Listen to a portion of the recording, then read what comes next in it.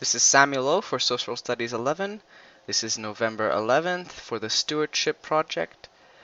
My topic is the rate of population growth has not outstripped the capacity of the world to support world population. The Earth has a quickly growing population, and this is cause for concern that the population will eventually outstrip the world's capacity to provide for the population. This is not so. Technology is growing at a much faster rate than the world's population, and therefore, technology and innovation will help us provide better for ourselves. It will in areas such as food, water, space, and even how we behave in ways that affect our planet, such as pollution and sustainability. In fact, we won't merely be surviving for long periods of time, we will be thriving. Food is one of the larger concerns when it comes to population growth, since the larger population requires more food. So technology is helping us use less land using vertical farms in large cities and metropolises. Such as in Japan, vertical farms are growing large quantities of lettuce and other produce. They use natural solar energy and light to grow the plants in large buildings with glass, or they use LED lights, also known as a variety known as growing lights. They utilize many of the benefits that greenhouses do. Another area of technology assisting us in providing for food is genetically modified organisms. This is a very, very controversial subject today. People complain that genetically modified organisms don't have the nutrients or health, you might say, that standard food does. While this is true, if we remove genetically modified organisms as in food, then we would be in constant threats of food shortages, famines, and so on. Genetically modified crops allow for more immunized crops that are less susceptible to pests and insects, and they also allow for more crops to be grown more quickly, allowing for a much higher yield. Where genetically modified organisms are, however, a problem is when it comes to livestock, considering the hormones and steroids given to the livestock to increase their size and their growth rates and offspring. These hormones and steroids can often lead to meat that is unfit for human consumption. Therefore, while there is a greater yield in the meat, the meat's quality is often a lot poorer. Earlier there was made mention of greenhouses.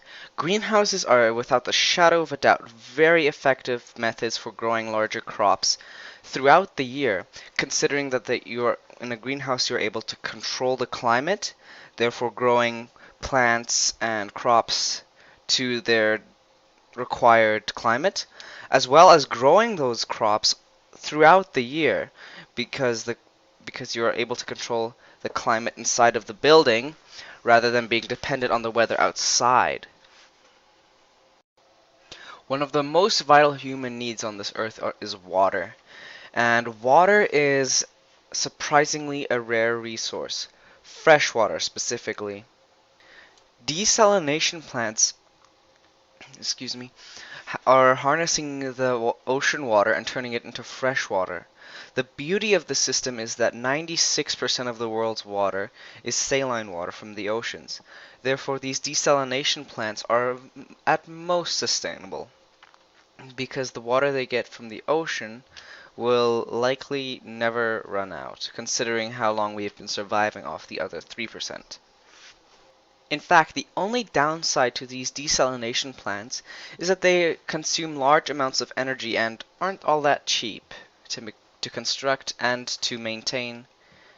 Considering how much we as humans consume water and use water, there's absolutely no shortage in wastewater either. Therefore, we have water treatment facilities and sewage plants that take the wastewater and refine it back into consumable, drinkable, fresh water.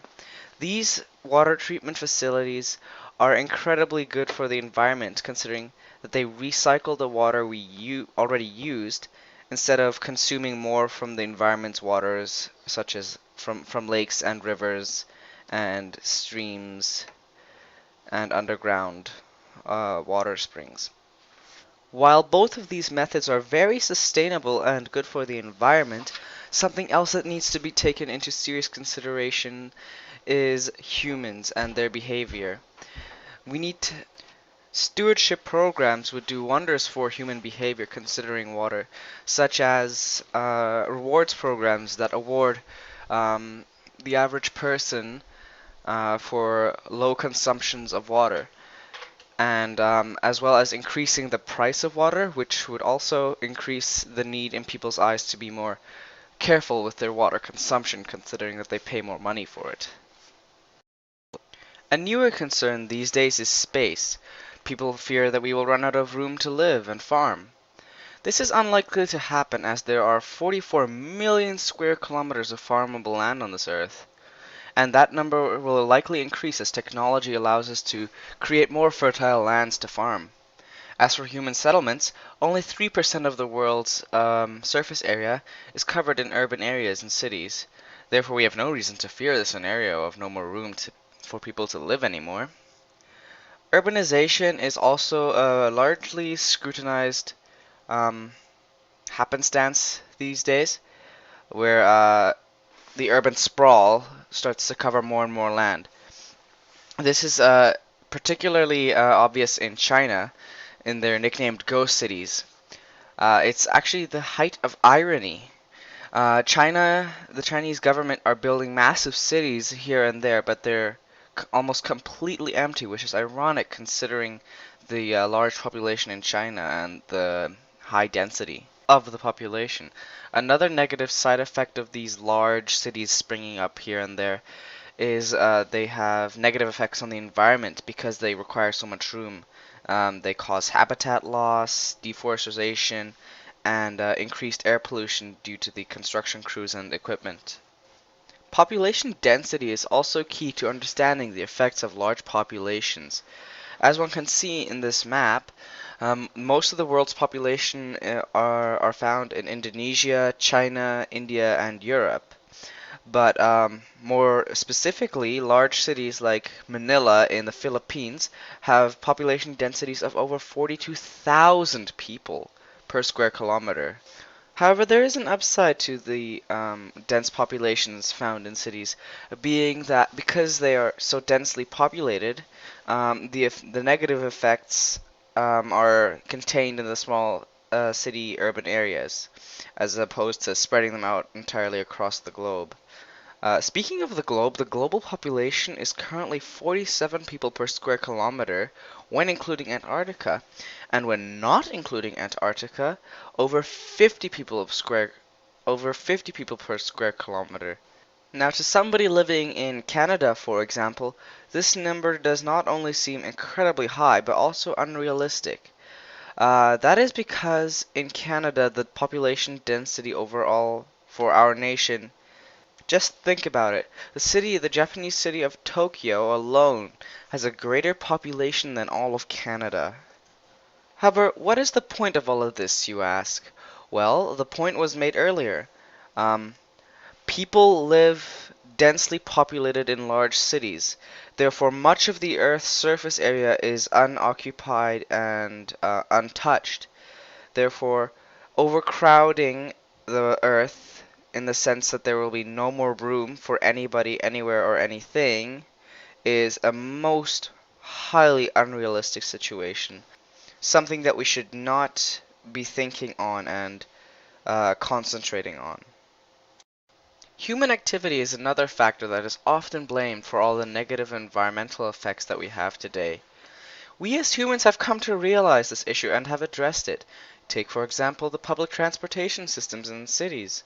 Buses these days are much more environmentally friendly than they used to be.